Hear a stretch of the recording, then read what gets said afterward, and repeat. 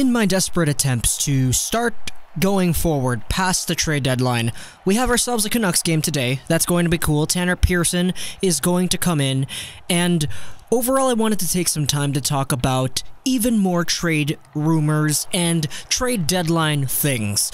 I know the trade deadline has gone and passed. We shouldn't really be talking about trade proposals or trade rumors, but this is quite interesting. Take a look at what Rick Dhaliwal said on Twitter. This is reporting on Elliot Friedman on Sportsnet 650. Friedman told Sportsnet that the Flames were after Edler at the deadline. I'm hearing the Penguins and Blue Jackets as well. The focus now switches to signing Edler, and there's no update on that front. Now, talking about the Flames, there was this other piece of news here. It's tweeted out by Complete Hockey News, but Botch was really public about this online and on the radio. The Calgary Flames had an offer on the table to the Vancouver Canucks for defenseman Alex Edler that blew them away. It was contingent on Edler signing a contract extension with the club, and he ultimately decided against it. So overall, if we take a look at what Vancouver was in a position to do, basically everything that they wanted to do was overshadowed by Edler himself. And we already knew that he had a no-trade clause in place and that he liked Vancouver. He said it throughout the entire year. He really wants to be here. He loves being here. His kids grew up here. He wants to remain a Canuck. So it comes to no surprise that he was not willing to waive his no-trade clause. It's plain and simple. If you want to get really specific, there were actually two variables on these trades. The Calgary Flames trade, which apparently, I'm just hearing this, I'm not giving out a valuable source on this, I'm just hearing that it was Dylan Dubé and a first. That's what everybody on Canucks Twitter says. I don't know where they got that idea. I think some people are saying that Botch said that it was Dubé and a first. I don't really know. And don't quote me on that, but that is the connotation, and that is the apparent narrative being brought up on the Canucks media.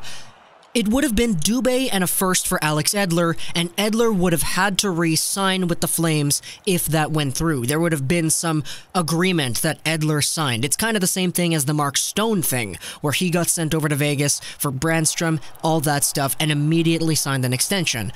So that's the second no to this situation, because the first one was Edler wasn't willing to waive.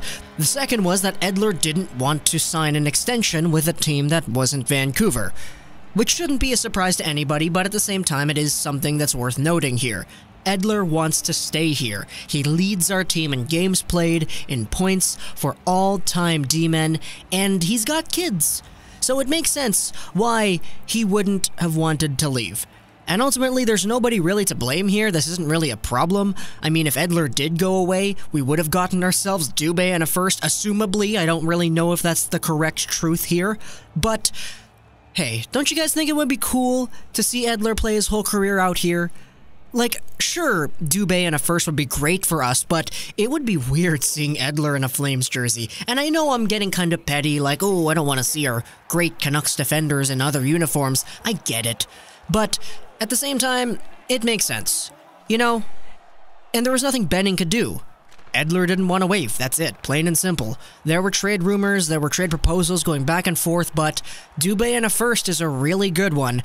And considering the fact that Benning is no stranger to trading to the other Pacific teams, we've seen this with Dahlin and Ryan Spooner and Gagne and Shinkarik for Granlund, I don't think there was anything to say that Benning had any part of this. It's just Edler. And you can't blame the guy, he's a family man.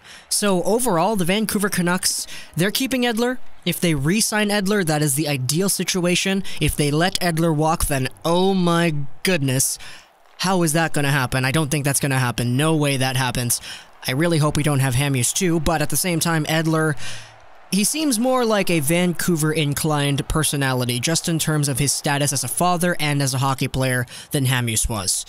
He's played his whole career here, and now he's on the verge of re-signing a contract. I just hope he gets it done, because, like, I don't want Hamhuis to happen all over again. I don't think it's gonna happen all over again, but the idea is there. And just think, man, Dubé in a first would have been cool, but seeing Edler in a Calgary jersey would have been weird. Hope you guys enjoyed this video plus another Gaming, and bye.